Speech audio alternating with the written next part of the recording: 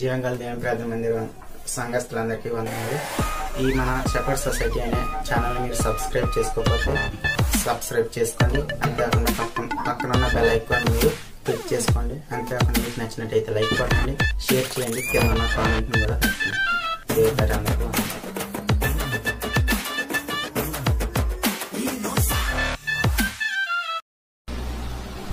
దేవునికి స్తోత్రము కలుగును గాక.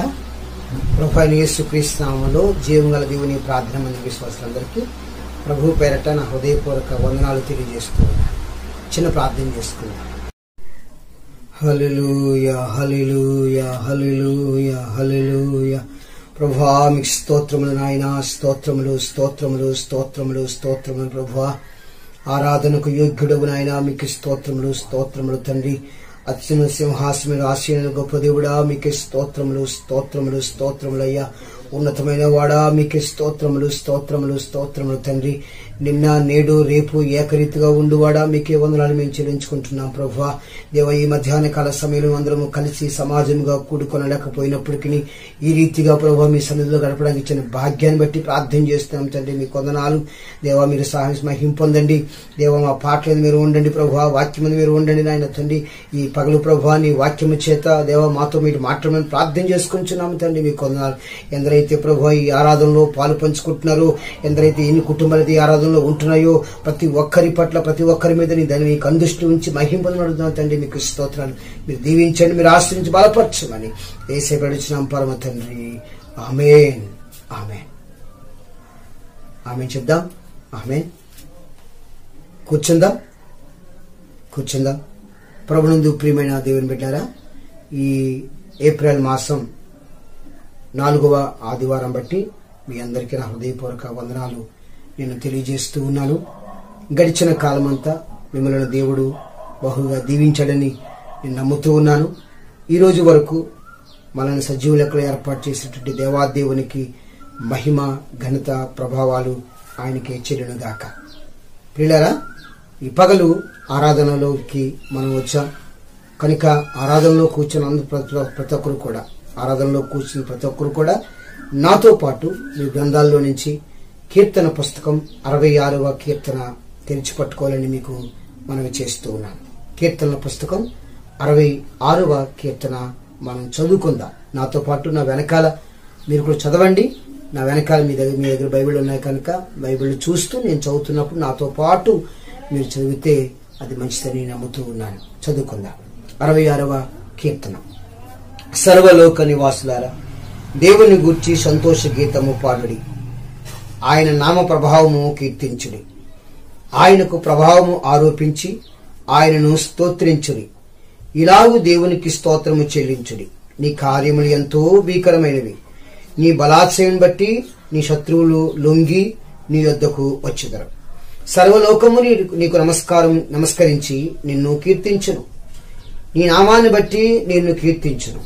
దేవుని ఆశ్చర్యకార్యములను చూడరండి. నరునిడల ఆయన జరిగించు కార్యములను చూడగా ఆయన భీకరుడై ఉన్నాడు. ఆయన సముద్రమును ఎండిన భూమిగా చేసెను. జనులు కాలినడకచే దాటిరి. అక్కడ ఆయన యందు మేము సంతోషించితిమి. ఆయన తన పరాక్రమం వల్ల నిత్యము ఏలుచున్నాడు. అన్య జనుల మీద తన దృష్టి ఉంచి ఉన్నాడు. ద్రోహులు తమ్ము తాము హెచ్చించుకొన తగదు. జనములారా, మా దేవుణ్ణి సన్నుతించుడి. గొప్ప స్వరముతో ఆయన కీర్తి వినిపించుడి. జీవప్రాప్తులుగా మమ్మను కలుగుజేయువాడు ఆయనే. ఆయన మా పాదములను కదలనియ్యడు. దేవా, నీవు మమ్మను పరిశీలించి ఉన్నావు. వెండిని నిర్మూలము చేయ రీతిగా మమ్మల్ని నిర్మూలము చేసి ఉన్నావు. నీవు బందీగృహములో మమ్మల్ని ఉంచితివి.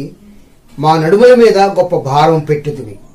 నరులు మా నెత్తి మీద ఎక్కునట్లు చేసితివి. మేము నిప్పుల్లోనూ నీళ్లలోనూ పడితిమి.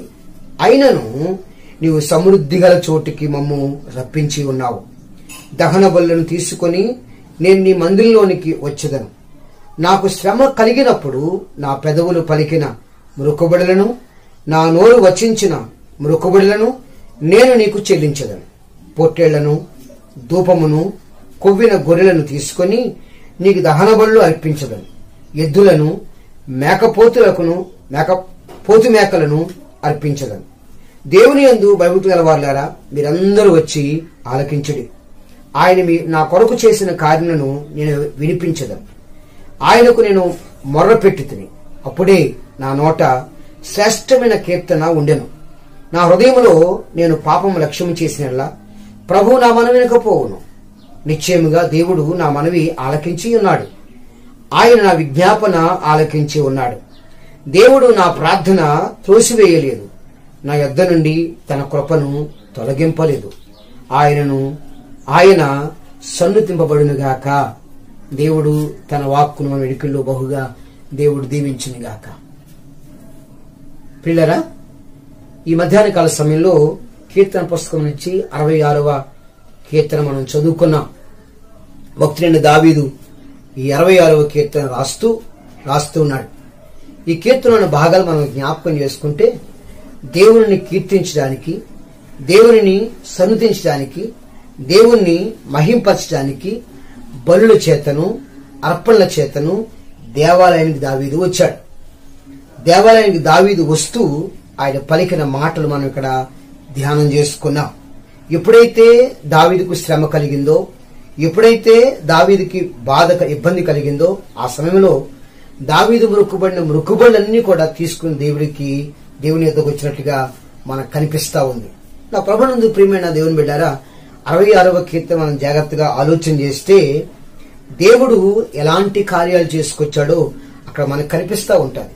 దావీదు అంటాడు, ఇశ్రాయేలు జీవితంలో చేసిన అద్భుతాలు, సముద్రాన్ని ఎండిపోచేసి కాలి నడకను ఇశ్రాయేలు ప్రజలను ఎర్ర సముద్రము నడిపించిన విధానాన్ని దావీదు జ్ఞాపకం చేసుకుంటున్నాడు. నా ప్రభునందు ప్రియమైన దేవుని బిడ్డారా, నీ జీవితంలో ఏమైనా సముద్రపు లాంటి శ్రమలు కలిగినప్పుడు, అలలు నీపై ఎగసి పడుతున్నప్పుడు, దేవుడు దాన్ని పాయలుగా చేసే దేవుడు అని దావీదు చెప్తూ ఉన్నాడు. దావీదు జీవితంలో అనుభవించిన అనుభవాలు ఇక్కడ జ్ఞాపకం చేస్తూ ఉన్నాడు. అలాగే నీకు కూడా అలాంటి సమస్యలు ఏమైనా కలిగినప్పుడు, ఆ సమస్యల గుండా ఆరి నేలపైన క్షేమంగా అవతల ఒడ్డుకు చేర్చే దేవుడు నువ్వు పూజిస్తున్న దేవుడు, నువ్వు ఆరాధిస్తున్న దేవుడు. ఈ మధ్యాహ్నము నీవు దేవుణ్ణి గణపరుస్తున్న ఆ దేవుడు అంతటి గొప్ప దేవుడు అనే మాటను మీకు నేను జ్ఞాపకం చేస్తూ ఉన్నాను. దావీదు తన అనుభవంలో నుంచి కొన్ని మాటలు రాస్తూ ఉన్నాడు. 17వ చూస్తే, ఆయనకు నేను మొర్రపెట్టుతిని, అప్పుడే నా నోట శ్రేష్టమైన కీర్తన ఉండును అంటున్నాడు. దేవునికి దావీదు మొర్ర పెడుతూ ఉన్నాడు. కారణం ఏంటంటే, తనకు శ్రమ కలిగినప్పుడు, తనకు ఇబ్బంది కలిగినప్పుడు, దేవుడు శ్రమల గుండా నడిపించినప్పుడు, దేవుడు ఇబ్బందులు గుండా నడిపించినప్పుడు, శ్రమలు పెట్టేవాడు ఆయనే అయినా ఆ శ్రమని తప్పించేవాడు కూడా ఆయనే అని దావీదు నమ్ముతూ ఉన్నాడు. ఒకవేళ దేవుడు దావీదుని శ్రమ పెట్టాడు అనుకోండి, ఆ దేవుడే మళ్ళా దావీదుని శ్రమలో నుంచి ఎలా బయటకు రావాలో తెలియజేస్తూ ఉన్నాడు. ఈ మధ్యాహ్న సమయంలో నన్ను దేవుడు శ్రమ పెడుతున్నాడు, నన్ను దేవుడు బాధ పెడుతున్నాడు, నాకు దేవుడు దుఃఖాన్ని కలుగజేస్తున్నాడు అని యోచిస్తున్నావా? ఆలోచన చేస్తున్నావా? దేవుడు నీకు ఒక చక్కని ప్రణాళిక దేవుడు ఏర్పాటు చేశాడు. ఆ శ్రమలో నువ్వు దేవునికి మొర్ర పెట్టినట్లయితే, ఆ శ్రమలో నువ్వు దేవునికి మొర్ర పెట్టినట్లయితే దేవుడిని మొర్ర ఖచ్చితంగా ఆలకిస్తాడు. అందుకని దావీదు చివరిలో అంటాడు, దేవుడు నా ప్రార్థన త్రోసివేయలేదు. ఏంటండి? దేవుడు నా ప్రార్థన త్రోసివేయలేదు. నీ ప్రార్థన ఎప్పుడు దేవుడు తోసేసేవాడు కాదు. ఆయన కృప ఎప్పుడు కూడా నీ యొద్ద నుంచి తొలగిపోయేది కాదు. నీ విజ్ఞాపన ఎప్పుడు కూడా దేవుడు ఆలకించేవాడే. దావీదు జీవితంలో దావీదు చేసిన ప్రార్థన దేవుడు తోసివేయలేదు. దావీదు చేసిన విజ్ఞాపన దేవుడు వినకుండా ఉండలేదు. అలాగనే నీ విజ్ఞాపన, నీ ప్రార్థన నీ కుటుంబం కొరకు చేస్తున్నావేమో, నీ బిడ్డల కోసం చేస్తున్నావేమో, నీ ప్రార్థనా జీవితం అభివృద్ధి కోసం చేస్తున్నావేమో, నీ ఆత్మీయ జీవితం అభివృద్ధి కోసం చేస్తున్నావేమో. నువ్వు దేనికోసం ప్రార్థన చేస్తున్నావో, నీ వ్యాపారం కొరకో, నీ ఉద్యోగం కొరకో, లేకపోతే నీ కుటుంబ క్షేమం కొరకో, నీ చేతి పని కొరకో, నీ బిడ్డల కొరకు ప్రార్థన చేస్తున్నావేమో, ఏ ప్రార్థన అయితే చేస్తున్నావో దేవుడు ఆ ప్రార్థన ఇప్పుడు కూడా తోసివేసేవాడు కాదు అని మరొకసారి పగల మీకు నేను జ్ఞాపకం చేస్తున్నాను. ప్రభునందు ప్రియమైన దేవుని బిడ్డారా, మనం దావీదుకు దేవుడు చేసినటువంటి మేలును మన జీవితాల్లో కూడా ఖచ్చితంగా నిశ్చయముగా చేయునుగాక అని ప్రభుపేట మీకు నేను మనవి చేస్తూ నా మాటలు ముగిస్తూ ఉన్నాను. మిమ్మల్ని దేవుడు దీవించుగాక. ఆమేన్. ప్రియులారా, ఈ సమయంలో పాస్టర్ గారు పాట పాడతారు. వారు ప్రార్థన చేసిన తర్వాత మనము మిగిలిన వాక్య భాగంలోనికి వెళ్దాం. మిమ్మల్ని దేవుడు దీవించిన గాక. ఆమేన్.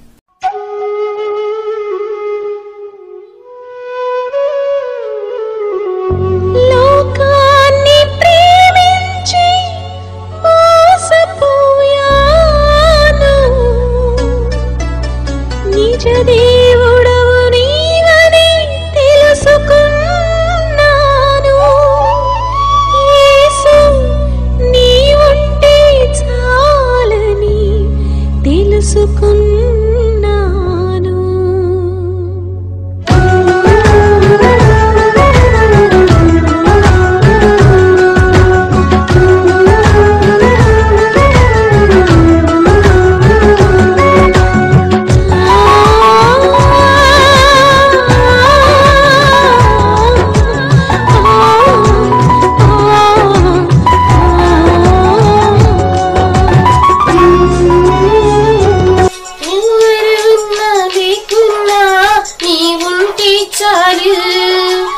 ఎవరేమనుకున్నా నీ తోడుంటే చాలు, ఎవరు ఉన్నా లేకున్నా నీ ఉంటే చాలు, ఎవరేమనుకున్నా నీ తోడుంటే చాలు. యేసయ్యా నీ ఉంటే చాలయ్యా, నాతో నీ ఉంటే చాలు, నీ తోడుంటే చాలు, నీవు నాకుంటే చాలు, నీతో నిలుచుంటే చాలు. ఎవరు ఉన్నా లేకున్నా నీ ఉంటే చాలు, ఎవరేమనుకున్నా నీ తోడుంటే చాలు.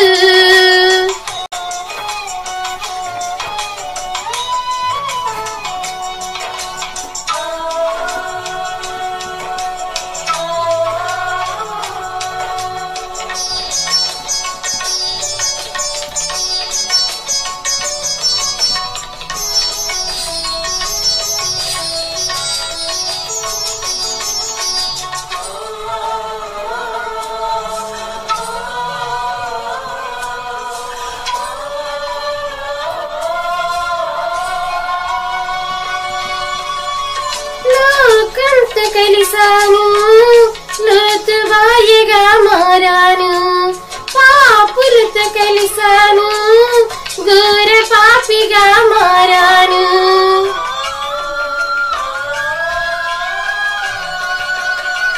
లోకంతో కలిసాను, లోతువాయగా మారాను, పాపులతో కలిసాను, ఘోర పాపిగా మారాను.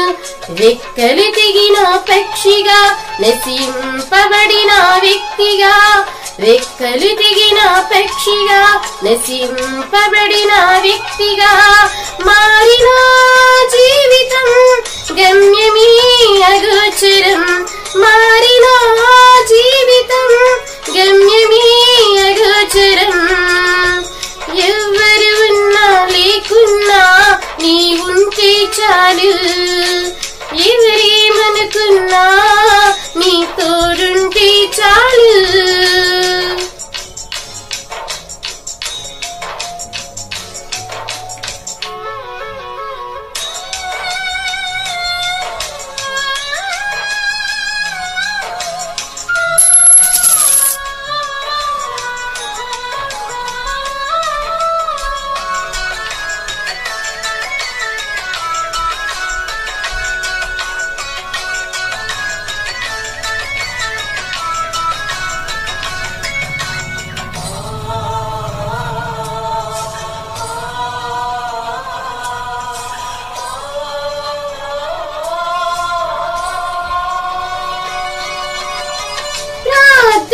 చేశాను, ప్రవచనాలు పలికాను, బోధలను చేశాను, భాషలతో మాట్లాడాను.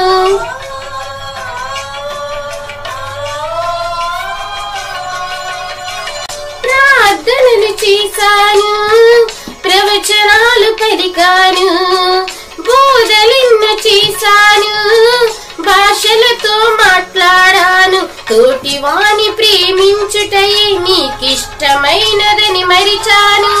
తోటి వాణి ప్రేమించుటయే నీకిష్టమైనదని మరిచాను. మన్నించుమా ఈ క్షణం నీ పాదమే ఆశ్రయం.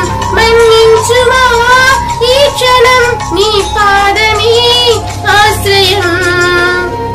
ఎవరు ఉన్నా ఏమనుకున్నా, ఎవరు ఉన్నా ఏకున్నా నీవుంటే చాలు. ఎవరేమనుకున్నా నీ తోడుంటే చాలు. స్తోత్రములు స్తోత్రములు స్తోత్రములు స్తోత్రములు స్తోత్రములు స్తోత్రములు స్తోత్రములు. పరిశుద్ధుడా, దయగలిగిన మా తండ్రి, కృపగలిగిన మా ప్రభువా, నీకు వందనాలు స్తోత్రాలు చెల్లించుకుంటూ ఉన్నా. మంచి ఉదయకాల సమయంలో తండ్రి, నీ పునరుత్థాన దినమందు ప్రభువా నీ సన్నిధిలో ఉండి ప్రార్థించడానికి మీరు ఇచ్చిన గొప్ప భాగ్యంకే నీకు వందనాలు. దయగలిగిన మా తండ్రి, నీకు స్తోత్రాలు చెల్లించుకుంటున్నా. పాటలు పాడి నీ నామాన్ని కనపరచడానికి మీరు సహాయం చేశారు. నీకు వందనాలు స్తోత్రాలు తండ్రి. ఇదిగో నాయన, జీవము గల దేవుని ప్రార్థన మందిరమును బట్టి తండ్రి దేవా, నాయన వారి కుటుంబాలను బట్టి సంఘ బిడ్డలను బట్టి ప్రార్థన చేస్తూ ఉన్నానయ్యా, నీకు వందనాలు. దైవగలిగిన మా ప్రభువా, నీకు స్తోత్రాలు చెల్లించుకుంటున్నాం. గడిచిన కాలం అంతా నీ సజీవమైన రెక్కల కింద మమ్మల్ని అందరినీ భద్రం చేస్తారయ్యా, నీకు వందనాలు. నీ కృప చూపించిన విధానం బట్టి నీకు స్తోత్రాలు చెల్లించుకుంటున్నాం. దేవా, ఇదిగో తండ్రి, ఎవరు ఉన్నా లేకపోయినా ప్రభా మీరుంటే చాలు తండ్రి. మీరు మాకు తోడుగా ఉంటే చాలు. మీరు మా తోడుగా నిలబడితే చాలు తండ్రి. నీ సన్నిధిని నీ కృపను మాకు తోడుగా ఉంచితే చాలు ప్రభా. దేవా, ఇదిగో మాకు నాయన ప్రభా నీ శాశ్వతమైన కృప చేత తండ్రి మమ్మల్ని బలపరుస్తూ తండ్రి నాయన ఆరోగ్యాన్ని ఆయుష్ని ఇచ్చి మీరు పోషిస్తున్న విధానాన్ని బట్టి నీకు స్తోత్రం. దేవా, ఇదిగో ఇంతవరకు నాయన స్తుతించడానికి నీ కృప చూపించావు, నీకు వందన. దేవా, ఈ సమయంలో తండ్రి మీ దాసుల వాక్యాన్ని విత్తుతూ ఉండగా ప్రభా మీ కృప చూపించండి. నీ ఆత్మశక్తితో బలపరచండి. నీ బిడ్డలకు ఏ వాక్ అయితే అవసరమో ప్రభా దేవా, నీ బిడ్డలు ఏ వాక్కు కోసం నాయన ప్రభా నాయన ఎదురు చూస్తూ ఉన్నారు, ఎలాంటి మాటతో వాళ్ళని మీరు ఆదరించాలని ఇష్టపడుతూ ఉన్నారు, ఆ మాటలు మీరు సెలవుమని అడుగుచూ ఉన్నాను. ఎందుకంటే మనుషులు మాట్లాడితే మనుషులకు ఉపయోగం కాదు, కానీ నీవు మాట్లాడితే ప్రభు ప్రతి వ్యక్తికి అది ఉపయోగకరంగా ఉంటుందయ్యా, నీకు స్తోత్రాలు. మీరు మాట్లాడండి దేవా, ఐక్యతను ప్రేమను కలిగించే మాటలు మీరు మాట్లాడండి అయ్యా, నీకు స్తోత్రాలు. విశ్వాసమును ఆత్మీయతను నాయన ప్రభా పురుగొల్పే మాటలు మీరు మాట్లాడండి అయ్యా, నీకు స్తోత్రాలు. విశ్వాస జీవితంలో ఆత్మీయ జీవితంలో బలముగా ఎదగడానికి కావలసిన నాయన మాటలు మీరు మాట్లాడండి అయ్యా, నీకు స్తోత్రాలు. నీ కృపను నీ ప్రేమను నీ మాటలు బట్టి మీ దాసుల్లో ఉండి అనేక మందికి మీరు కలిగించమని అడుగుతూ ఉన్నానయ్యా, నీకు స్తోత్రాలు. దేవా, నీ వాక్యము బలమైనది ప్రభా, శక్తి కలిగింది. ఆ వాక్కు చేత నాయన ప్రభా అనేక మంది మీరు నడిపించారయ్యా, నీకు స్తోత్రాలు. ఆ రీతిగానే ఈ దినాల్లో మాతో కూడా ఉండి నీ వాక్యం ద్వారా మమ్మల్ని నడిపించి బలపరచమని అడుగుతూ ఉన్నారు. దేవా, మా సంఘ బిడ్డలను దీవించండి, వారి కుటుంబాన్ని దీవించండి, ప్రతి బిడ్డని మీరు దీవించండి అయ్యా, నీకు స్తోత్రాలు. ఈ దినాల్లో తండ్రి ఆ కుటుంబాల్లో కావలసిన ప్రతి అవసరతను మీరు తీర్చి దేవా మీరు పోషించి నడిపించి ఏ బలహీనతను ఏ అపాయమును నాయన వారి గుడారములు తాకకుండా మీరు సహాయం చేయమని అడుగుతూ ఉన్నాను తండ్రి, నీకు స్తోత్రాలు. దేవా, నీ వాగ్దానంలో ఉంది తండ్రి నాయన, ఏ తెగులు నీ గుడారమును సమీపించదని మీరు సెలవిచ్చారు తండ్రి. ఏ అపాయమును నీకు రాదని నాయన మీరు చెప్పారు. దేవా, రాత్రి యందు నాయన కలిగే భయముకైనను పగటి వేళ పాడు చేయి రోగముకైనను మీరు ఏ మాత్రము తావివ్వకుండా మీరు సహాయం ఇచ్చింది. బిడ్డలు నాయన ప్రభా ఇశ్రాయేలుని కాపాడినట్లుగా మీరు కాపాడమని అడుగుచున్నాను, నీకు స్తోత్రాలు. నిన్ను కాపాడవాడు కునికొడు నిద్రపడను వాగ్దానం చేత నీ బిడ్డలు ప్రతి దినము తండ్రి మీరు మాట్లాడి సహాయం చేయండి, నీకు స్తోత్రాలు. మేలు చేసి మహిమ పొందుకోరండి. ఈ వాక్యం నాయన ప్రభా బిడ్డల హృదయాల్లో తండ్రి ముద్రించుకుని తండ్రి వారి జీవితాలకు నెమ్మదిని ఆదరణ కలిగించడానికి మీరు సహాయం చేయండి. విద్యుత్తున్న నీ దాసును కూడా నీ ఆత్మశక్తితో నింపండి, ఆస్వాదించండి, నీకు స్తోత్రాలు. దీని దాసులు మా కుటుంబాన్ని మీరు దీవించి ఆస్వాదించండి. మా సంఘమును దేవానైనా ప్రభా తండ్రి మా జిల్లాను మా మండలాన్ని మా రాష్ట్రాన్ని మా దేశాన్ని కూడా మీరు జ్ఞాపకం చేసుకుని ఆరోగ్యంతోనూ నెమ్మదితోనూ మీరు నింపండి, సహాయం చేయండి, కృప చూపించమని మేము ప్రార్థన చేస్తూ ఉన్నాం. ఒకవేళ ఏ కుటుంబంలోనైనా తండ్రి నాయన బలహీనత కానీ నాయన ఏ కుటుంబంలోనైనా తండ్రి నాయన ప్రభా నష్టము కానీ కష్టము కానీ వ్యాధి కానీ బాధ కానీ కలిగి ఉంటే దేవ మీరు వారికి తోడుగా ఉండి దేవారి సమస్య నుంచి విడుదల కలిగించి వారి కుటుంబాలకి నెమ్మదిని దయచి మీరు మహిమ పొందుకోమని మహిమ ఘనత ప్రభావాలు మీకు ఆరోపిస్తూ ఈ ప్రార్థనని పాలిస్తని చేర్చుకోమని యేసయ్య అతి శ్రేష్టమైన నామములో ఈ ప్రార్థన అడిగి వేడుకుంటున్నాను పరమ తండ్రి, ఆమేన్.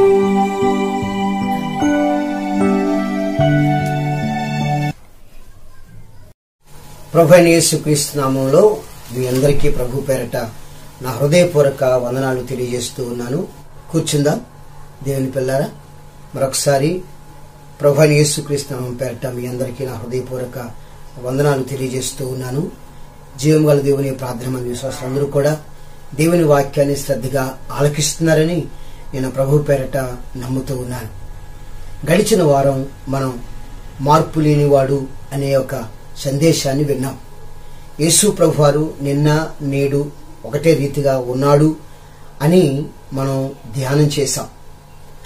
హెబ్రీ పత్రికలో యేసు ప్రభువారు ఆ మాటలు, గ్రంథకర్త ఆ మాటలు మనకు జ్ఞాపకం చేసిన విషయాన్ని మనం ధ్యానించాం.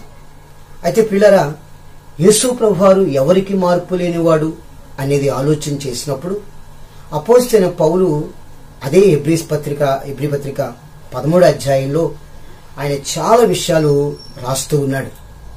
బైబిల్ గ్రంథంలో క్రైస్తవుని యొక్క జీవితం గురించి, క్రైస్తవ జీవితం యొక్క లక్షణాలు, వారి యొక్క గుణగణాల గురించి చాలా విషయాలు బైబిల్లో దేవుడు మన కోసం రాయించాడు. కానీ ప్రత్యేకించి హెబ్రీ పత్రిక 13వ అధ్యాయంలో నేను చదివిన ఈ వాక్య భాగంలో ఉన్న కొన్ని వచనాలు మీతో నేను చెప్పాలని నేను ఆశపడతా ఉన్నాను. ఇందులో ఈ 13వ అధ్యాయంలో ఉన్న సంగతులు మనం ఒక్కొక్కటి ధ్యానం చేస్తా ఉన్నప్పుడు అలాంటి వారికి మాత్రమే యేసు ప్రభువారు మార్పు లేనివాడు అని, ఆయన వారికి ఆదరణని మనం తెలుసుకొనవచ్చు. ఈ దినాలలో దేవుని యందు మనము నిలబడుతూ, దేవుని యందు జీవిస్తూ, దేవుని వాక్యానుసారంగా బ్రతకాలి అన్న ఆశ మనందరికీ ఉండాలని ప్రభు పేరట మీకు నేను జ్ఞాపకం చేస్తూ ఉన్నాను. నా ప్రభునందు ప్రియమైన దేవుని బిడ్డారా, ఈ వాక్య భాగం అయిపోయిన తర్వాత మీరు ఆరాధన అయిపోయిన తర్వాత హెబ్రీ పత్రిక 13వ అధ్యాయం అంతా కూడా మీరు చదివితే స్పష్టంగా మీకు నా మాటలు మీకు అర్థమవుతాయి.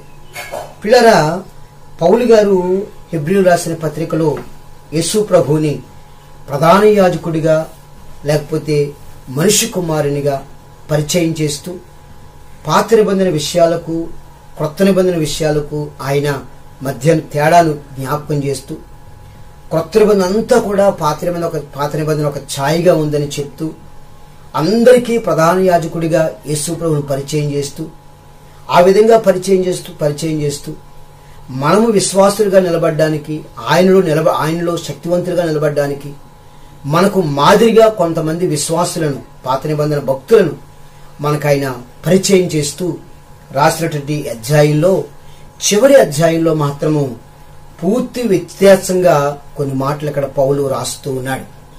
నేను చదివిన దాని భాగాల్లో కొన్ని మాటలు, సుమారుగా 10-11 మాటలు క్రైస్తవ జీవితానికి సరిపడే మాటలు కొన్ని చెప్పాలని నేను ఆశపడుతున్నాను.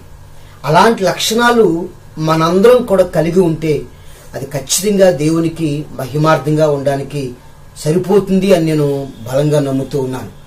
వాటిని మనం కొంచెం క్లుప్తంగా ధ్యానం చేసినట్లయితే హెబ్రీ పత్రిక 13వ అధ్యాయం 1 నుంచి 25 వచనాలు ఇందులో మనకు కనిపిస్తూ ఉంటాయి. ఈ 25 వచనాల్లో పౌలు గారు సుమారుగా 10-11 నా లెక్కలో 10-11 మాటలు క్రైస్తవ జీవితానికి కావలసిన లక్షణాల గురించి ఆయన రాసుకొచ్చాడు. అందులో మొట్టమొదటి కానించి మనం పరిశీలన చేద్దాం. ఒకసారి మీరందరూ కూడా నాతో పాటు హెబ్రీ పత్రిక 13వ అధ్యాయం దయచేసి తెరిచి పట్టుకోవాల్సిందిగా మీకు నేను మనవి చేస్తూ ఉన్నాను. ప్రభునందు ప్రియమైన దేవుని బిడ్డారా, హెబ్రీ పత్రిక 13వ అధ్యాయంలో నుంచి మనం వచనం వెంబడి వచనాన్ని మనం కొద్దిసేపు ధ్యానం చేద్దామని మిమ్మల్ని నేను ప్రేమపూర్వకంగా ఈ వాక్యాన్ని పరిచర్యకు ఆహ్వానిస్తూ ఉన్నాను. ప్రియులారా, పౌలు గారు ఈ సంఘానికి ఉత్తరం రాస్తూ ఆయన 13వ అధ్యాయంలో క్రైస్తవ జీవితానికి సరిపడ లక్షణాల గురించి వివరిస్తూ మొట్టమొదటిగా ఆయన రాస్తూ ఉన్నాడు, సహోదర ప్రేమ నిలువరముగా ఉండనీయుడి అని మాట జ్ఞాపకం చేస్తున్నాడు. మొదటి వచనంలో సహోదర ప్రేమ నిలువరముగా ఉండనీయుడి. ఏటి సహోదర ప్రేమ? ఒక తల్లికి పుట్టిన బిడ్డలు అన్నదమ్ములు కానివ్వండి, అక్క చెల్లెలు కానివ్వండి, వాళ్ళ అన్న తమ్ముడు మధ్యన సహోదర ప్రేమ, లేకపోతే తమ్ముడు అన్నగారి మధ్యన సహోదర ప్రేమ, అది కాదు. అంటే అది ఉండాలి. ఒక తల్లికి పుట్టిన బిడ్డలుగా ఎలాగైతే అన్నదమ్ములు కలిసి ఉంటారో, ఎలాగైతే అక్క చెల్లెలు కలిసి ఉంటారో, అలాగనే నీతో పాటు క్రీస్తులో విశ్వాసము కలిగి యేసు ప్రభువుని నమ్ముకుని రక్షకునిగా అంగీకరించినటువంటి ఆ వ్యక్తి ఆత్మీయంగా నీకు సహోదరుడు సహోదరి అవుతుంది. అలాంటి వారి మధ్యన, అలాంటి మీ మధ్యన దేవుని ప్రేమలో నిలబడి ఉండాలంటే మీ మధ్యలో సహోదర ప్రేమ నిలువురముగా ఉండాలి. నిలువురముగా నిలకడగా ఉండాలని పౌలు గారు జ్ఞాపకం చేస్తూ ఉన్నాడు.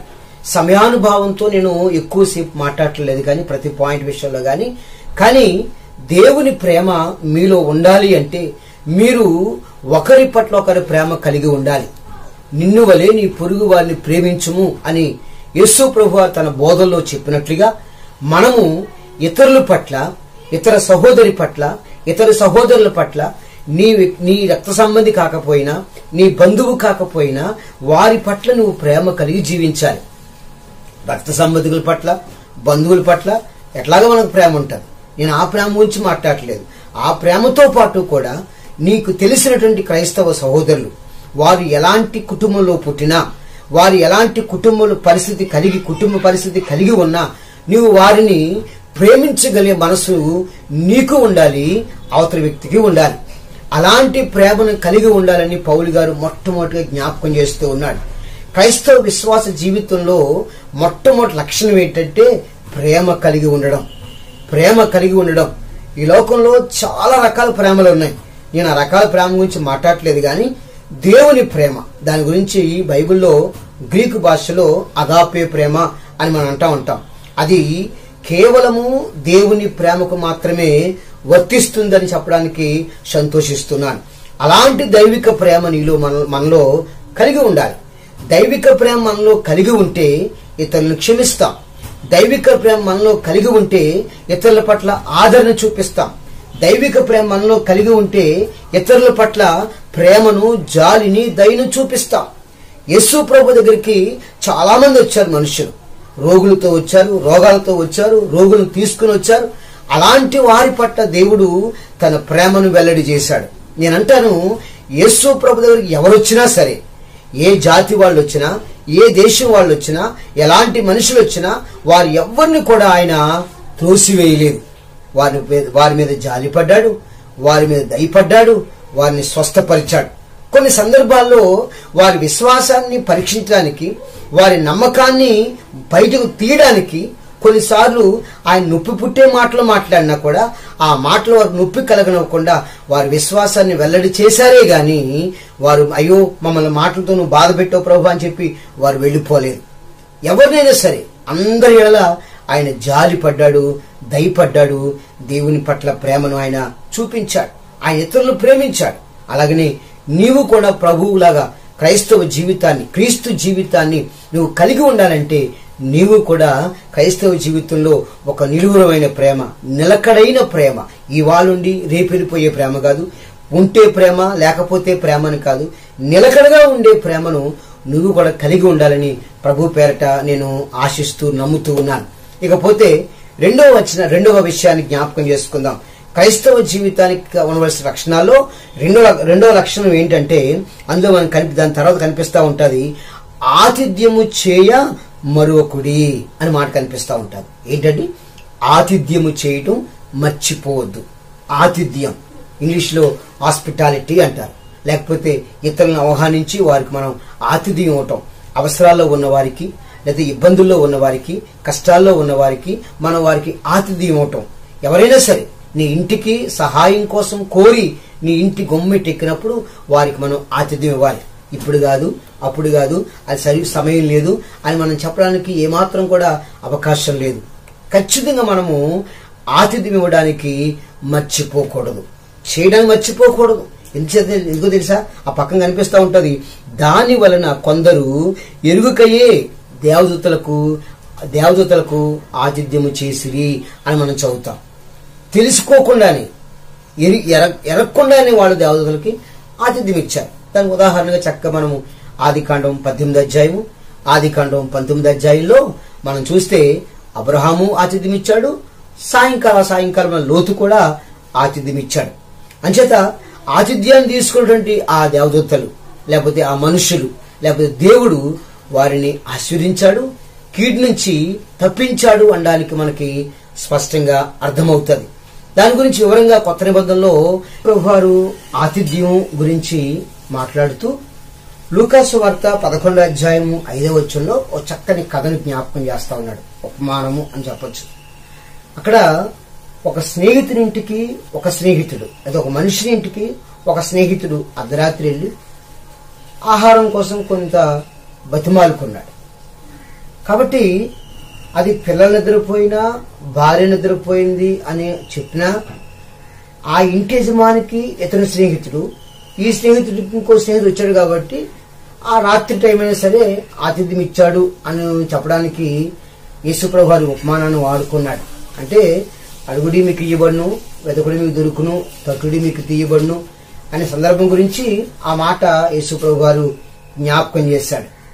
అలాగనే మత్తయి సువార్త 25వ అధ్యాయం 31వ వచనం నుంచి మనం చివరి దాకా చదువుకుంటే అక్కడ మహిమ సింహాసనం ముందు మనుష్య కుమారుడు నిలబడినప్పుడు గొర్రెలుగాను మేకలుగాను తన బిడలు నిలబడినప్పుడు కుడివైపునటువంటి గొర్రెలుగా మనుషులైనటువంటి వారితో యేసు ప్రభువు ఒక మాట జ్ఞాపకం చేస్తూ ఉన్నాడు.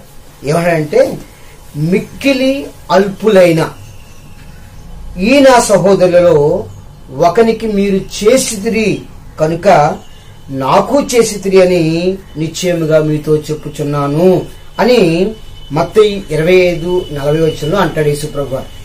ఇప్పుడు వారు ప్రశ్నిస్తారు, ప్రభువా నీకెప్పుడు చేసావు, మేము నీకెప్పుడు ఆతిథ్యం ఇచ్చాము అని అడుగుతారు. అప్పుడు ప్రభు అంటాడు, నేను ఆకలిగా ఉన్నప్పుడు నాకు అన్నం పెట్టారు, దాహంగా ఉన్నప్పుడు నాకు నీళ్లు ఇచ్చారు అని కొన్ని మాటలు ప్రభు వారు పలుకుతాడు. అప్పుడు అంటారు, ప్రభు మీకెప్పుడు చేసావు అని అడుగుతారు. అప్పుడు ప్రభు అంటాడు, మిక్కిలి అల్పులైన ఈ నా సహోదరులు అని మాట జ్ఞాపకం చేస్తాడు. అంటే అల్పులుగా ఉన్న నీకన్నా అల్పులుగా ఉన్నటువంటి వారికి సహాయం చేస్తే దేవుడికి సహాయం చేసినట్టే. అందుకనే పౌలు అంటాడు, ఆతిథ్యం చేయటం మర్చిపోకండి అంటాడు. ఆతిథ్యం చేయటం వలన మహిమ సింహాసనం ముందు నీవు దోషిగా నిలబడవు అనడానికి ఒక ఉదాహరణగా, ఆతిథ్యం చేయటం వల్ల నీవు అబ్రహాములాగా దీవించబడతావు అనడానికి ఒక ఉదాహరణ, ఆతిథ్యం చేయటం వల్ల లోతు వల్లే నీవు కీడు నుంచి తప్పించబడతావు అని ఒక ఉదాహరణ మన ఇక్కడ చెప్పుకోవచ్చు. కనుక క్రైస్తవ విశ్వాస జీవితంలో రెండో లక్షణం ఆతిథ్యం చేయటం మర్చిపోవద్దు. పిల్లగా మూడో విషయాన్ని జ్ఞాపకం చేసుకుందాం. అదే ఆ అధ్యాయంలో పౌలు అంటాడు, మూడవ వచనాన్ని లేకపోతే చదువుకుంటే, మీరును వారితో కూడా బంధింపబడినట్టు బంధకములు ఉన్న వారిని జ్ఞాపకము చేసుకునేది. మీరు శరీరముతో ఉన్నారు గనుక కష్టం అనుభవించే వారిని జ్ఞాపకం చేసుకునేది. ఏం చేయాలి? మనం జ్ఞాపకం చేసుకోవాలి. ఎవరిని జ్ఞాపకం చేసుకోవాలి? బంధకాల్లో ఉన్న వారిని జ్ఞాపకం చేసుకోవాలి. ఎవరిని జ్ఞాపకం చేసుకోవాలి? ఇబ్బందుల్లో ఉన్న వారిని మనము జ్ఞాపకం చేసుకోవాలి. కష్టాలు అనుభవిస్తున్న వారిని మనము జ్ఞాపకం చేసుకోవాలి. అయ్యో వారి కష్టాలు అనుభవిస్తున్నారు, వారు బాధల్లో ఉన్నారు, ఇబ్బందుల్లో ఉన్నారు అని నీవు నీ సహోదరిని, అంటే సొంత వారితో పాటు రక్త సంబంధికులతో పాటు మిగిలిన వారిని కూడా నీవు జ్ఞాపకం చేసుకుని అలాంటి వారికి సహాయపడడానికి మర్చిపోవద్దు అని పౌలు చెప్తా ఉన్నాడు. క్రైస్తవ విశ్వాస జీవిత లక్షణాల్లో ఇది చాలా ప్రాముఖ్యం. బంధకాల్లో ఉన్న వారిని జ్ఞాపకం చేసుకోవటం. మరలా ఒకసారి మత్తయి సువార్త 25:31 చదువుకుంటే ఆ మాటలో కనిపిస్తుంది, నేను చెరసాల్లో ఉన్నప్పుడు మీరు నన్ను పరామర్శించారంటాడు. అంటే బంధకంలో ఉన్నప్పుడు, బాధల్లో ఉన్నప్పుడు, కష్టాల్లో ఉన్నప్పుడు, చెరసాల అనుభవాల్లో ఉన్నప్పుడు నన్ను మీరు జ్ఞాపకం చేస్తున్నారని యేసు ప్రభు వారు చెప్తా ఉంటాడు. అంటే మనము ఇతరులను, మన తోటి సహోదరులను, తోటి విశ్వాసులను, మనుషులను మనము అర్థం చేసుకుని, జ్ఞాపకం చేసుకుని, వారి బంధకాల నిమిత్తం ఏమైనా ఉపకారం చేస్తే, వారి బంధకాల నిమిత్తం ఏమైనా సహాయపడితే అది దేవునికి సహాయం చేసినట్లుగా దేవుడు గుర్తిస్తాడు. వాళ్ళ మన బంధువులు కాదు కదా, వీళ్ళ మన సంఘం కాదు కదా, వీళ్ళ మన సహోదరులు కాదు కదా, వాళ్ళు వేరే వాళ్ళు కదా, మనం క్రైస్తవులం కదా అని అనుకోకుండా మన మనుషుల పట్ల, తోటి మానవుల పట్ల సహోదర ప్రేమ కలిగి ఉండాలి. అలాగా ప్రేమ కలిగి ఉండాలని యేసు ప్రభువారు మాదిరి కూడా చూపించాడు. పోయిన గుడ్ ఫ్రైడే రోజున మనం 2వ మాటను జ్ఞాపకం చేసుకున్నాం. దొంగ పశ్చాత్తాపడుతూ ఉన్నాడు. అరే, ఆయన కష్టాల్లో ఉన్నాడు, ఆ దొంగ కూడా బాధల్లో ఉన్నాడని చెప్పి యేసు ప్రభువారు ఆ దొంగను, బాధలో ఉన్నవాడిని, లేకపోతే బంధకాల్లో ఉన్నవాడిని యేసు ప్రభువుని బతిమాలుకోగానే, యేసు ప్రభువుని వేడుకోగానే యేసు ప్రభువుని విడిపించలేదా? అలాగ నువ్వు కూడా ఇతరులను బంధకాల్లో ఉన్నప్పుడు విడిపించేవాడిగా ఉండాలని ప్రభు పేరట నేను మీకు మనవి చేస్తూ ఉన్నాను. అలాంటి లక్షణం కలిగి ఉండాలని నేను ప్రభు పేరట ఆశిస్తూ ఉన్నాను. తర్వాత 4వ భాగాన్ని మనం చదువుకుందాం. 4వ లక్షణం గురించి ఆలోచన చేస్తే 13వ అధ్యాయంలోని పౌలు అంటాడు, 4వ వచనంలో అంటాడు. ఇది చాలా సందర్భాలు మనం వాక్యం చదువుతూ ఉంటాం, అందరికి బాగా నచ్చిన వాక్యమే. వివాహము అన్ని విషయాల్లో ఘనమైనది అని అక్కడ కామా పెట్టాడు. చాలా మనం అక్కడ వరకే చదివి ముగించుకుంటాం. వివాహం అన్ని విషయాల్లో ఘనమైనది. ఎస్, వివాహం అన్ని విషయాల్లో ఘనమైనది. ఎందుకు ఘనమైనది? దేవుడే దాన్ని స్థాపించాడు. ఆదిమ దంపతులైన ఆదాము అవ్వలకు వివాహం చేసి దేవుడే దాన్ని ఏర్పాటు చేసి ఆ వివాహము అనే ఒక ప్రక్రియను, లేకపోతే ఒక సాంప్రదాయాన్ని దేవుడు తీసుకొచ్చాడు. తీసుకొచ్చి ఆ వ్యవస్థలోనికి దేవుడు పురుషుని స్త్రీని నిలిపి కుటుంబాన్ని దేవుడు కట్టడానికి దేవుడు భూమి మీద ఏర్పాటు చేశాడు. అందుకని వివాహం అన్ని విషయాల్లో ఘనమైనది. ఇది ఏ మానవుడో పెట్టింది కాదు, లేకపోతే ఏ సంఘమో పెట్టింది కాదు, ఏ దేశమో ఏర్పాటు చేసింది కాదు. సాక్షాత్తు పరమందు దేవుడే ఈ వివాహము అనే బంధాన్ని ఏర్పాటు చేశాడు. కనుక అది చాలా ఘనమైనది. దాని తర్వాత చక్కని మాట కనిపిస్తూ ఉంటది, పానుపు నిష్కల్మషమైనదిగాను ఉండవలను అంటాడు. ఏముండని? పానుపు, నువ్వు పడుకునే మంచం నిష్కల్మషంగా ఉండాలి. పాత నిబంధనలో చాలా మందిని పానుపును పాడు చేశారు. పాత నిబంధనలో చాలా మంది భక్తులు గాని, దేవుని పిల్లలు గాని ఆ పాపపు జీవితాన్ని అనుభవించడానికి, స్వల్పపు కోరికలను తీర్చుకోవడానికి ఆ మంచాన్ని చాలా మంది పాడు చేశారు. ఆది కాండం నుంచి మనం చదువుకుంటే మనకు ఆ మాటలు కనిపిస్తాయి. ఇప్పుడు సందర్భం లేదు కాబట్టి ఆ మాటలు మీకు చెప్పడం లేదు, కానీ సమయం లేదు కాబట్టి ఆ మాటలు మీకు వ్యక్తపరచట్లేదు. కానీ చాలా మంది పాపం చేయడానికి ఆ మంచాన్ని వాడుకున్నారు. ఆ పానుపు ఎలా ఉండదేసా? నిష్కల్మషంగా ఉండాలి. నీ పానుపు నిష్కల్మషంగా ఉండాలి. నువ్వు పడుకునే మంచం నిష్కల్మషంగా ఉండాలి. అంటే అర్థం ఏంటంటే అందులో ఏ కల్మషం ఉండకూడదు. భార్యాభర్తల యొక్క విషయాల్లో, సంసార జీవితంలో, దాంపత్య జీవితంలో చాలా పవిత్రంగా, పరిశుద్ధంగా ఉండాలని ప్రభు పేరట నేను మీకు జ్ఞాపకం చేస్తూ ఉన్నాను. కనుక చాలా మంది ఆ పానుపు విషయంలో పాపం చేసి తర్వాత దేవుని దగ్గర కీడు సంపాదించుకున్నారు, దేవుని దగ్గర శాపాన్ని కొని తెచ్చుకున్నారు అని మనం చదువుతూ ఉంటాం. దావీదు కానివ్వచ్చు, అబ్షాలోము కానివ్వచ్చు, ఇలా చాలా మంది భక్తుల జీవితాలు ఆ మంచం మీదే వారి జీవితాన్ని నాశనం చేసుకున్నట్లుగా మనకి తెలుస్తూ ఉంటారు. కనుక పౌలు అంటాడు, క్రైస్తవ విశ్వాస జీవితంలో ఉండే లక్షణాల్లో నువ్వేం చేసా? నీ పానుపు, నీ ఇంట్లో ఉన్న గది, నీ పడగది నిష్కల్మషంగా ఉండాలి. అందులో ఏ కల్మషం చోటు చేసుకోకూడదు అని ప్రభువు మాట్లాడుతూ ఉన్నాడు. తర్వాత భాగాన్ని మనం జ్ఞాపకం చేస్తే 6వ మాటను మనం జ్ఞాపకం చేసుకుంటే మనకు కనిపిస్తుంది 5వ వచనంలో మాట కనిపిస్తూ ఉంటది. 5వ వచనంలో పౌలు అంటాడు, ధనాపేక్ష లేని వారై మీ కలిగిన వాటితో తృప్తి పొంది ఉండుడి అంటాడు. ఎలా ఉండాలండి? తృప్తి పొంది ఉండాలి. సాటిస్ఫాక్షన్, తృప్తి. మనిషి జీవితానికి లేనిదే ఇది. మనిషే కాదండి, ఈ లోకంలో సర్వ సృష్టికి చాలా వరకు లేనిదంటే తృప్తి. తృప్తి లేని దేశాలు, తృప్తి లేని మనుషులు, తృప్తి లేని కుటుంబాలు, తృప్తి లేని జీవితాలు అంతరించిపోతూ ఉంటాయి. బాధలు పడుతూ ఉంటారు, ఇబ్బందులు పడుతూ ఉంటారు. చాలా మందికి ఏదో కావాలని, ఇంకా కావాలని, ఉన్నదానితో పాటు తృప్తి పడకుండా ఇంకా ఏదో కావాలని ఆశలు ఎక్కువ కలిగి ఉంటారు. పౌలు అంటాడు, ధనాపేక్ష. ఏ పేక్ష? ధనాపేక్ష. ఆపేక్ష అన్నమాట. ధనం పట్ల ఆపేక్ష. జ్ఞానం పట్ల ఆపేక్ష లేదు ఈరోజు మనుషులకు. ధనం పట్ల ఆపేక్ష. దేవుని పట్ల ఆపేక్ష లేదు ఈ రోజు మనుషులకు. ధనం పట్ల ఆపేక్ష. ఆ ధనం పట్ల ఆపేక్షతో కుటుంబాలను నాశనం చేసుకుంటున్నారు, బంధుత్వాలను పోగొట్టుకుంటున్నారు, జీవితాలను పాడు చేసుకుంటున్నారు, బ్రతుకుల్ని పాడు చేసుకుంటున్నారు. ఇంకా సంపాదించాలనే యావలో పడిపోయి దేవుణ్ణి, కుటుంబాన్ని మర్చిపోయి తిరుగుతూ ఉన్నారు. పిల్లలు కూడా మర్చిపోయి తిరుగుతూ ఉన్నారు. ఎందుకంటే తెలుసా, ధనాపేక్ష. ధనాపేక్ష సమస్తమైన కీడులకు మూలమని భక్తుడు రాస్తా ఉంటాడు. ధనాపేక్ష సమస్తమైన కీడులకు. నీవు ఏవైతే అనుకుంటున్నావో సమస్తము కీడులు అని, ఆ కీడుల్లో సమస్తం పెట్టుకున్నావో అన్నిటికీ కారణం ధనాపేక్షే.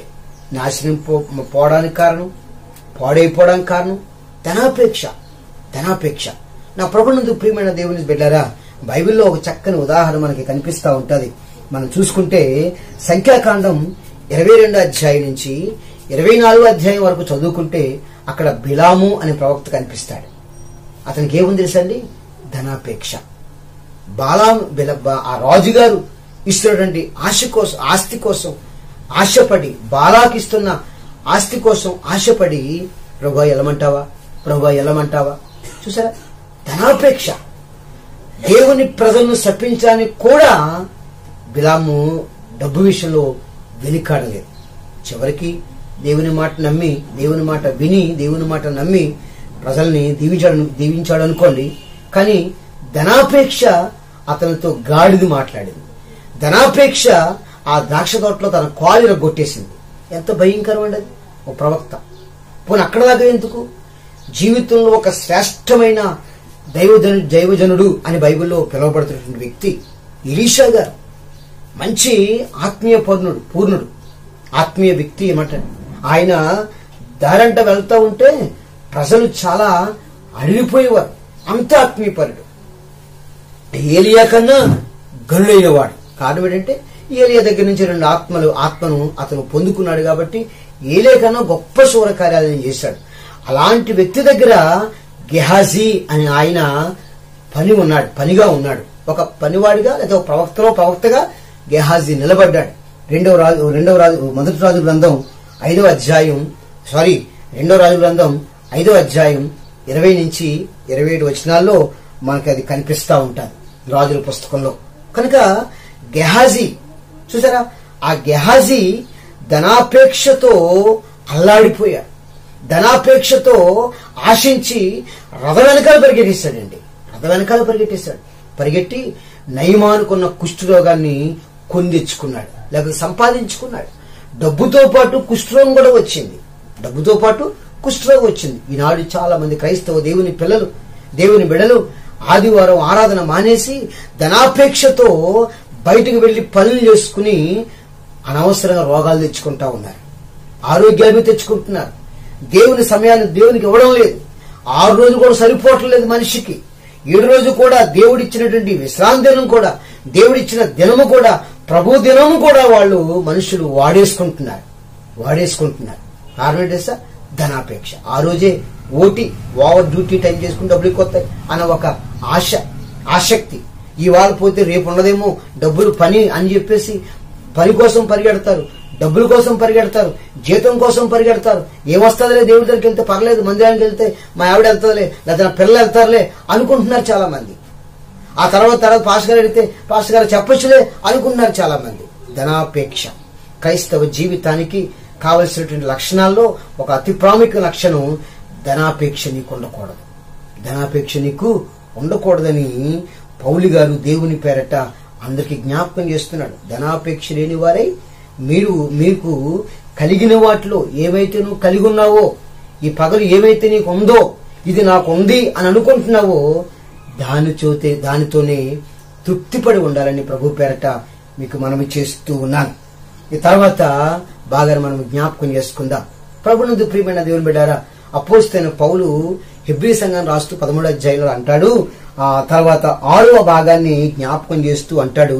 7వ వచనంలో అంటాడు, మీకు దేవుని వాక్యం బోధించి మీపై నాయకులుగా ఉన్న వారిని జ్ఞాపకము చేసుకుని వారి ప్రవర్తన ఫలమును శ్రద్ధగా తలంచుకొనుచు వారి విశ్వాసమును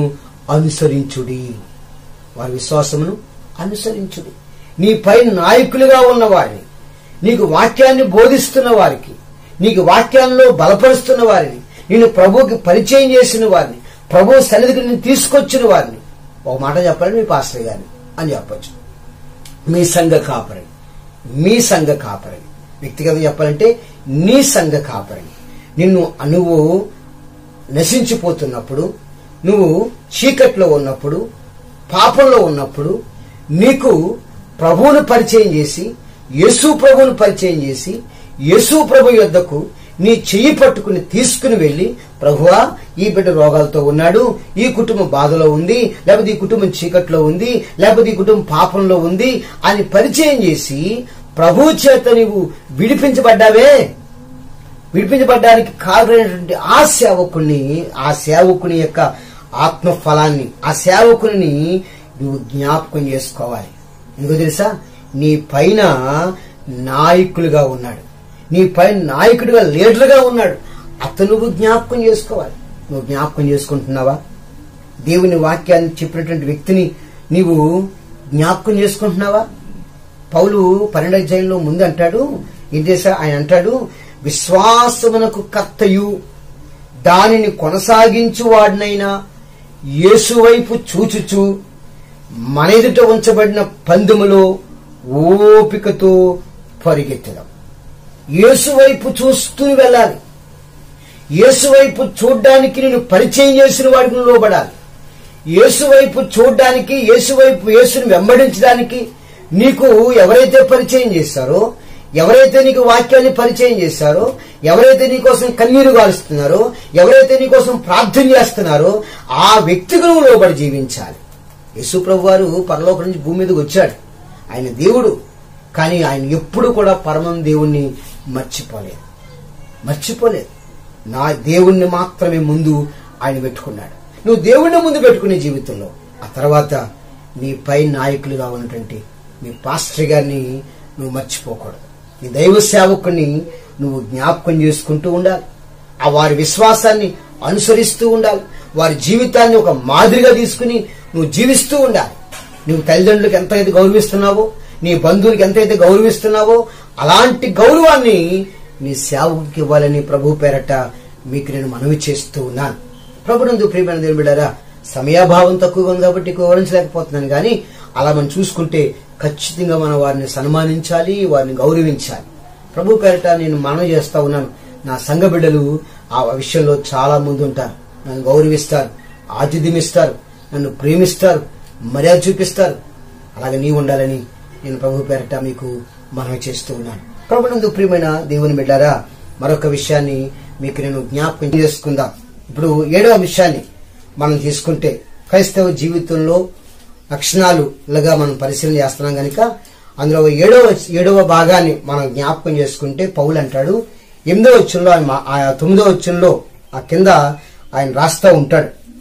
9వ వచనంలో అంటాడు, నానా విధములైన అన్య బోధల చేత త్రిప్పబడుకుడి, భోజన పదార్థం బట్టి కాక కృపను బట్టి హృదయము స్థిరపరచుకునుట మంచిది, భోజనాన్ని బట్టి ప్రవర్తించే వారికి మేమియు ప్రయోజనము కలుగలేదు అని పౌలు రాస్తూ ఉన్నాడు.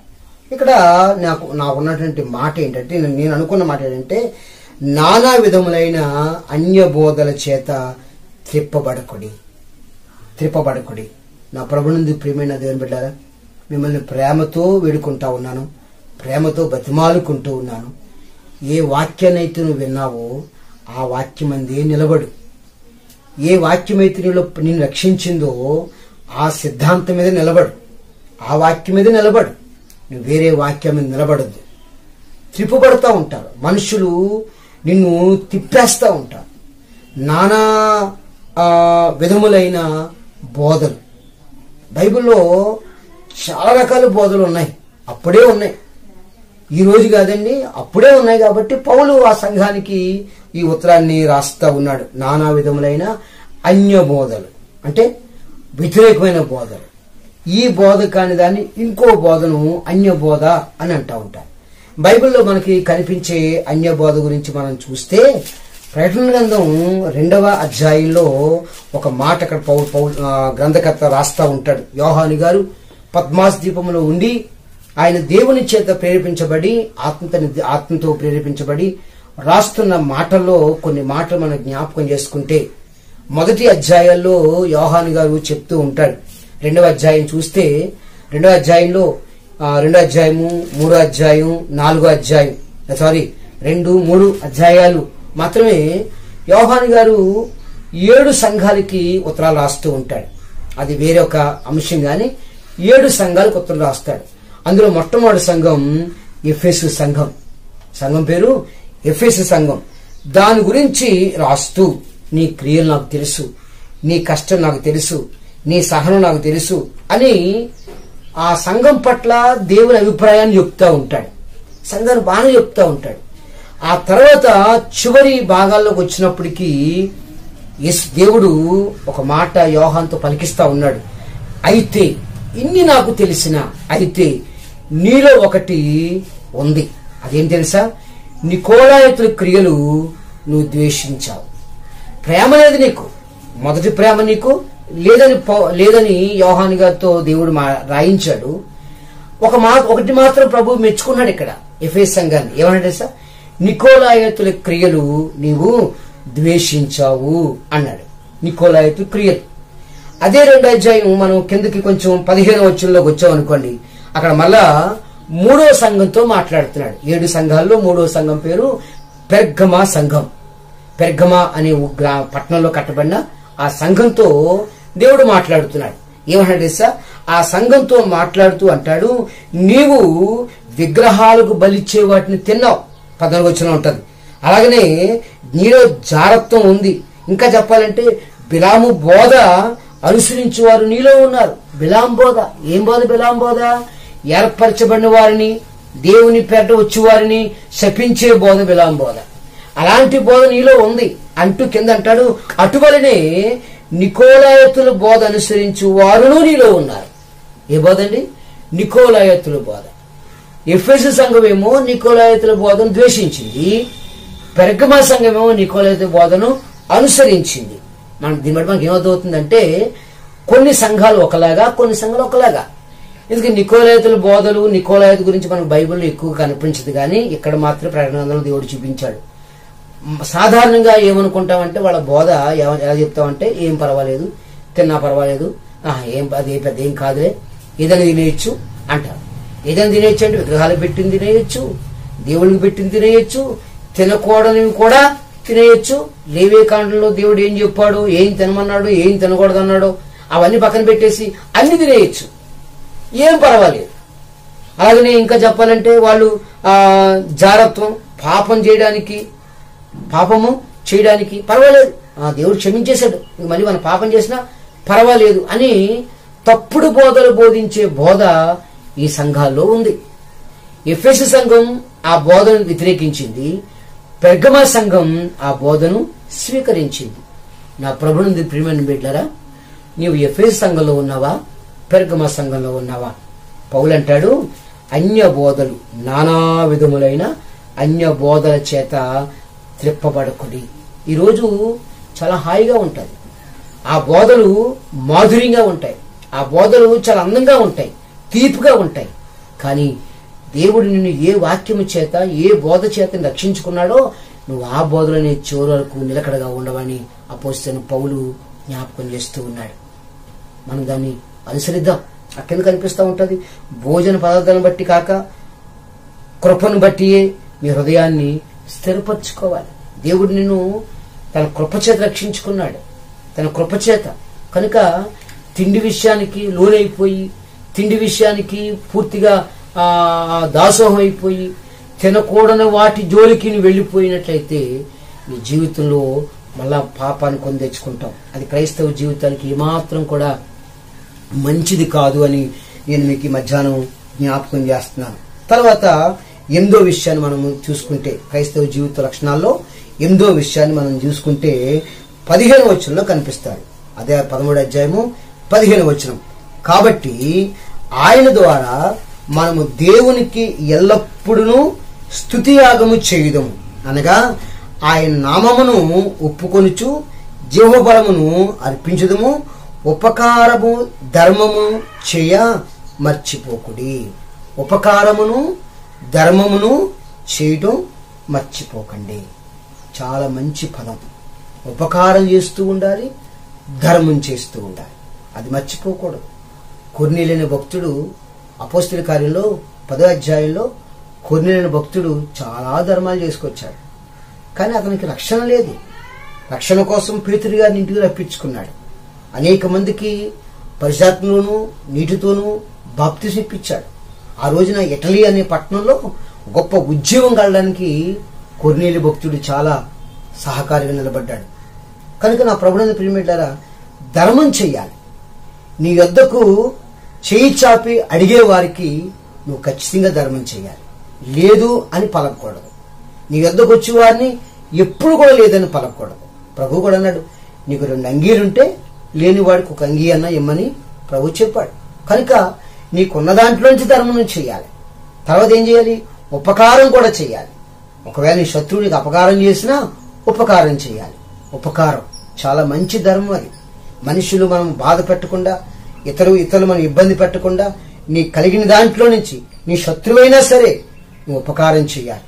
దావీదు అంటాడు, నా శత్రువులు ఎదుట నాకు భోజనాన్ని సిద్ధపరిచావు అంటాడు కీర్తన 23వ కీర్తనలో.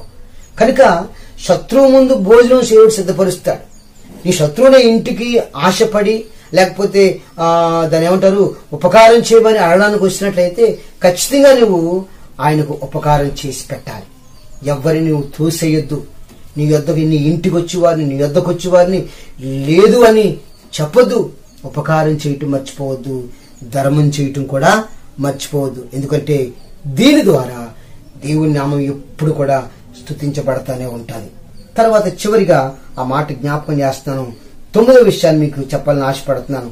17వ వచనంలో ఉంటుంది. 13వ అధ్యాయం 17వ వచనం అంటది, మీ పైన నాయకులుగా ఉన్నవారు లెక్క ఒప్పచెప్పవలసిన వారి వలె మీ ఆత్మలను కాయిస్తున్నారు. వారు దుఃఖముతో ఆ పని చేసిన మీకు నిష్ప్రయోజనము గనుక దుఃఖముతో కాక ఆనందముతో చేయనట్లు వారి మాట విని వారికి లోబడి ఉండుడి. ఏంటండి? వారి మాట విని వారికి లోబడి ఉండుడి. ఎందుకో తెలుసా? ఏమండి, దైవ సేవకులందరికీ ఓ బాధ్యత ఉంది. ప్రభు నిన్ను రక్షించుకోవడానికి నిజమే దేవుడే తన స్వరక్తం ఇచ్చి నిన్ను సంఘంగా కాపాడుకున్నాడు. రక్తాలు దైవ సేవకులు చెందించలేదు. నీ ఆత్మ రక్షణ కొరకు, నీ పాప జీవిత రక్షణ కొరకు యేసు ప్రభు వారే శిలువలో బలైపోయాడు. అది మంచిది.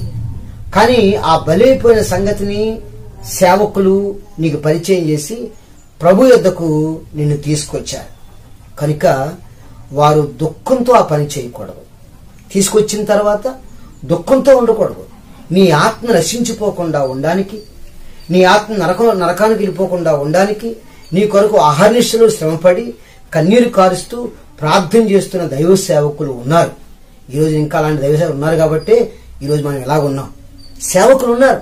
కనుక ఆ సేవకులు నువ్వు అన్య బోధల చేత తిప్పబడిపోయి లేకపోతే వేరేగా నువ్వు నివసిస్తూ జీవిస్తూ ఉన్నట్లయితే ఆ సేవకుడు బాధపడతాడు. అయ్యో, ప్రభు ఎంత రక్షించాడే, అయ్యో ఇంత బాధలో ఉన్నాడే, ఇంత కష్టాల్లో ఉన్నాడే, ఇంత బాగా నేను దేవుని సువార్త సేవ చేశానే, ఇప్పుడు ఇలాగా ఈ ఆత్మ ఇలాగ ప్రవర్తిస్తుంది ఏంటని ఆ సేవకుడు బాధపడతాడు. నా ప్రభుత్వ ప్రియమైన దేవుని బిడ్డారా, నా అనుభవంలో కొంతమంది రక్షించబడిన తర్వాత నశించిపోయిన అనుభవాల్లోకి వెళ్ళిపోయారు, నశించిపోయిన జీవితాల్లోకి వెళ్ళిపోయారు, మార్గంలోకి వెళ్ళిపోయారు. వారిని చూసినప్పుడు మాకు బాధేస్తూ ఉంటుంది. ఎందుకో తెలుసా? దేవుడు మమ్మల్ని లెక్క అడుగుతాడు. ఏం చేసావు అని మమ్మల్ని లెక్క అడుగుతాడు. ఆ లెక్క అడిగినప్పుడు మేము లెక్క చెప్పాలి, దేవునికి అప్పచెప్పాలి. ఆ ఆత్మ ఎందుకు నశించిపోయిందో దేవునికి లెక్క చెప్పాలి. మా వల్ల పొరపాటు ఉండొచ్చు, లేకపోతే మీ వల్ల పొరపాటు కావచ్చు, ఏదైనా కావచ్చు. కానీ లెక్క అప్పచెప్పే బాధ్యత మాకే ఉంది. మా వల్ల పొరపాటు కాలేదు ప్రభువా, మేము ఏ తప్పు చేయలేదు, అంతా ఆ విశ్వాసం చేశాడని చెప్పి మేము చెప్పొచ్చు, మేము చెప్తాం కూడా. కానీ నీవు నీ సేవకునికి దుఃఖాన్ని పుట్టిస్తున్నావు, నీ సేవకునికి కన్నీరు పెట్టిస్తున్నావు, నీ సేవకుని బాధ పెట్టిస్తున్నావు. అతను బాధతో, అతను దుఃఖంతో నీ కోసం పరిచయం చేస్తున్నాడు, నీ కోసం సేవ చేస్తున్నాడు. కొంతమంది సంఘానికి వస్తారు, సంఘంలో మందిరంలో కూర్చుంటారు, మందిరంలో కూర్చుని వాక్యం చెప్పే పాస్టర్ గారికి దుఃఖం పుట్టించినట్లు ఏవో పనులు చేస్తారు. పిల్లలతో ఆడుకుంటారు, సెల్ ఫోన్ నొక్కుంటారు, పక్క వాళ్ళతో మాట్లాడతారు, మిమ్మల్ని పైకి ఏమనలేరు, 10 మంది అంటే మీరు సిగ్గుపడతారని భయంతో ఆయన దుఃఖంతో బాధతో నీకు వాక్య పరిచయం చేస్తున్నారు. అది చేయటం నీకు మంచిది కాదు. అది నీకు చేయటం మంచిది ఏమాత్రం కూడా మంచిది కాదు అని పౌలు అంటాడు. మీ పై నాయకులుగా ఉన్నవారు లెక్క అప్పచెప్పాల్సి ఉంది కాబట్టి మీ ఆత్మలను కాస్తా ఉన్నారు. చాలా జాగ్రత్తగా మీ ఆత్మలను కాస్తా ఉన్నారు. ఆయన లెక్క చెప్పడానికి ఆత్మలను కాస్తున్నారు కనుక వారు దుఃఖంతో ఆ పని చేస్తే నిష్ప్రయోజనం. దుఃఖంతో ఆ పని చేస్తే మీకు నిష్ప్రయోజనం. ఆయన దుఃఖపడుతూ నీకు ఏం బాగోదు. ఆయన కన్నీరు గారుస్తూ నీ సేవకుడు ఏడుస్తూ నీ సేవకుడు దుఃఖపడుతూ అది నీకు క్షేమకరం కాదు. కనుక దుఃఖంతో కాక ఆనందంగా నీ పట్ల చేయాలి. ఆ విశ్వాసం చూడగానే ఆనందం రావాలి. ఆ బిడ్డను చూడగానే సంతోషం కలగాలి. అలాంటి సంతోషంతో చేస్తే అది చాలా మంచిది. కనుక మీరు ఏం చేయాలి? వారు మాట వినాలి. ఏం చేయాలి? వారి మాట వినాలి. వారి మాట విని వారికి లోబడి ఉండాలి. లోబడి ఉండాలి. నా ప్రభువునందు ప్రియమైన బిడ్డలారా, నీ తల్లిదండ్రులకు ఎంత లోబడుతున్నావో నీ సేవకునికి కూడా అంతే లోబడాలి. నీ తల్లిదండ్రుల మాట ఎలాగ ఆలకిస్తున్నావో నీ సేవకుని మాట కూడా అలాగే ఆలకించాలి. చాలా మంది తల్లిదండ్రులు వారి పిల్లలు వారి మాట ఆలకించాలని తాపత్రయపడతారు. మా పిల్లలు మా మాట ఆలకించాలి, మా పిల్లలు మా మాట ఆలకించాలి. అలాగే నీ సేవకుడు కూడా ఆశపడుతున్నాడు నీవు వాళ్ళ మాట ఆలకించాలని, నీవు ఆయన మాట ఆలకించాలని ఆశపడుతున్నాడు. కనుక పౌలు గారు అంటాడు, క్రైస్తవ విశ్వాస జీవితంలో మాట ఆలకించే తత్వం నీకు ఉండాలి, లోబడి తత్వం నీకు ఉండాలని ప్రభు పేరట మీకు నేను జ్ఞాపకం చేస్తున్నాను. తర్వాత చివరిగా మాట మనకి జ్ఞాపకం చేస్తాడు 18వ అధ్యాయంలో 18వ వచనంలో 13వ అధ్యాయము 18వ వచనం అంటాడు, మా నిమిత్తము ప్రార్థన చేయుడి. ఏంటండి? మా నిమిత్తము ప్రార్థన చేయుడి. మీరు కోసం ప్రార్థన చేశారు కదా. ఒక్క పని ఏంటంటే, ప్రతి విశ్వాసి యొక్క పని ఏంటంటే, క్రైస్తవుని యొక్క జీవిత లక్షణం ఏంటంటే నీవు దైవ సేవకుని కోసం ప్రార్థన చేయాలి. నీ సేవకుని కోసం ప్రార్థన చేస్తున్నావా? నీ సేవకుని కుటుంబం కోసం ప్రార్థన చేస్తున్నావా? నీ సేవకుని కుటుంబం యొక్క ఆశీర్వాదం కోసం ప్రార్థన చేస్తున్నావా? ప్రార్థన చేయాలి. ప్రార్థన చేయాలి. అబ్రహాము మంచి సేవకుడు. అబ్రహాము దేవుడు అంటాడు, అబ్రహామా నిన్ను ఆశీర్వదించిన వారిని ఆశీర్వదిస్తాను అంటాడు, నిన్ను శపించిన వారిని నేను శపిస్తాను అంటాడు. కనుక నీ సేవకుడి కొరకు నువ్వు ప్రార్థన చేయాలి. నీ సేవకుడు నువ్వు ఆశీర్వదించాలి. నీ సేవకుడు నువ్వు దీవించాలి. నీ సేవకుడు బాగును కోరుకోవాలి. నీ సేవకుని యొక్క నష్టాన్ని కోరుకోకూడదు. నీ సేవకుని యొక్క ఆరోగ్యం కోసం అనారోగ్యం రావాలని కోరుకోకూడదు. నీ సేవకుని బ్రతుకు కోసం శాపమైపోవాలి, నాశనం అయిపోవాలని కోరుకోకూడదు. పౌలు అంటాడు, మా నిమిత్తం ప్రార్థన చేయండి. మా నిమిత్తం ప్రార్థన చేయండి. సంఘాలు కడతా ఉన్నాం, పరిచయం చేస్తా ఉన్నాం, సువార్త అందిస్తా ఉన్నాం. కనుక మా కోసం మీరు ప్రార్థన చేయండి అని పౌలు గారు మరీ ఆయన జ్ఞాపకం చేస్తూ ఉన్నారు. కనుక నా ప్రభునందు ప్రియమైన దేవుని బిడ్డారా, దయచేసి మాటలు మీ హృదయాల్లో బాగా నిలబడి ఉన్నాయని నేను నమ్ముతూ ఉన్నాను. ఒకసారి సమయం లేక నేను ఆ వాటిలన్నీ చెప్పలేకపోతున్నాను, కానీ దాన్ని మనం చెప్పుకుంటే మరి అందంగా ఉంటాం. కనుక ఇలాంటి అనుభవాలు ఈ 13వ అధ్యాయం చదివితే ఇంకా మీకు చాలా కనిపించవచ్చు. నాకు కనిపించి నేను చెప్పాను, ఇంకా మీకు ఇంకా కనిపిస్తే అది చాలా మంచిది. అలాంటి లక్షణాలు కలిగి ఉండాలని ప్రభువు పేరట మీకు నేను మనవి చేస్తూ ఉన్నాను. దేవుడు తన వాక్యం చేత మిమ్మల్ని అందరినీ బహుగా ఆశీర్వదించి దీవించునుగాక. ఆమేన్, ఆమేన్. పిల్లరా, బైబిల్ మూసేద్దాం. చిన్న ప్రార్థన, ముగింపు ప్రార్థన, ఆశీర్వాదం చేసుకుందాం. ప్రార్థన చేసుకుందాం. వాక్యము మీ హృదయాల్లో పనిచేస్తుందని నమ్ముతున్నాను. మరలా మీరు ఇంకా ఈ వాక్యం వినొచ్చు. వాక్యం విని దైవ దీవెనలు పొందాలని ప్రభు పేరట మీకు నేను మనవి చేస్తూ ఉన్నాను. ముగింపు ప్రార్థన చేసుకుందాం. దేవుని బిడ్డారా, మీరెంతో వరకు అపోస్తలుడైన పౌలు రాసినటువంటి పత్రికలో నుంచి క్రైస్తవ జీవితానికి కావలసిన లక్షణాల గురించి నువ్వు వాక్యం ఆలకించాం. చిన్న ప్రార్థన చేసుకుందాం. అందరూ తలలు వంచండి, కళ్ళు మూసుకోనండి. ఒకసారి నా మాట ఆలకించండి, కళ్ళు మూసుకుని. ప్రభువా, ఈ మధ్యాహ్న సమయంలో అపోస్తలుడైన పౌలు రాసినటువంటి పత్రికలో నుంచి కొన్ని మాటలు మేము విన్నాం.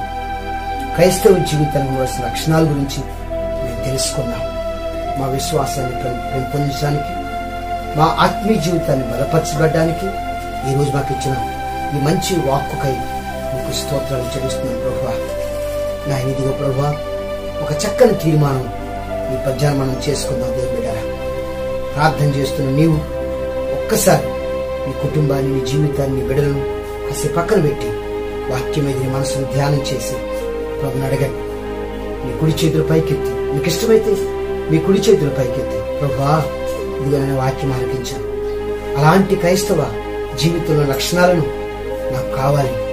ఈ మధ్యాహ్న సమయంలో ఆ వాక్యం ప్రకారంగా, ఆ మాట ప్రకారంగా నా జీవితాన్ని జీవించే భాగ్యాన్ని నాకు నేర్పించండి ప్రభు అని ప్రభువు సమర్పించుకుందా.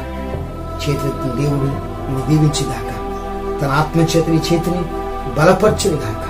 తన ఆత్మశక్తి చేత నీ చేతిని దీవించునిగాక. అలాంటి ఆత్మీయ జీవితాన్ని జీవించడానికి, అలాంటి క్రైస్తవ జీవితాన్ని అలవర్చుకోవడానికి నువ్వు చేసుకున్న తీర్మానం దేవుడు ఆలకించునుగాక. ప్రార్థన చేసుకుందాం. మహాకనికరము కృపగల మా దేవుడా, నీకు వందనాలు నేను చెల్లించుకుంటున్నాను నాయన. ఈ చక్కని మధ్యాహ్న సమయంలో నేను ప్రార్థన చేస్తున్నాను. ఆరాధనలు మీరు లేకపోయినా దేవా, నీ వాక్కులు నువ్వు ఆలకించడానికి మాకు సమయం ఇచ్చావు, సహాయాన్ని చేశావు. అపోస్తలుడైన పౌలు చెప్పిన మాటలు మా హృదయాల్లో మేము ధ్యానం చేశాం ప్రభా. దేవా, హెబ్రీ సంఘానికి రాసినట్లుగానే మాకును ప్రభా ఈ మధ్యాహ్న సమయం వినిపించారు తండ్రి. మీకు స్తోత్రం. అలాంటి నిజమైన క్రైస్తవ విశ్వాస జీవితాన్ని జీవించే లక్షణాలు మాకిమ్మని మేము ప్రార్థన చేస్తున్నాం. జీవితంలో ఎన్ని కష్టాలు వచ్చినా, ఎన్ని ఇబ్బందులు వచ్చినా వాటిని ఎదుర్కొని నీ రాకడలో ప్రభువా ఒక మంచి లక్షణాలు కలిగినటువంటి వ్యక్తిగా, విశ్వాసిగా నీ రాజ్యంలో నిలబడే భాగ్యాన్ని మాకేమని ప్రార్థన చేస్తున్నాం తండ్రి. మీకు స్తోత్రం.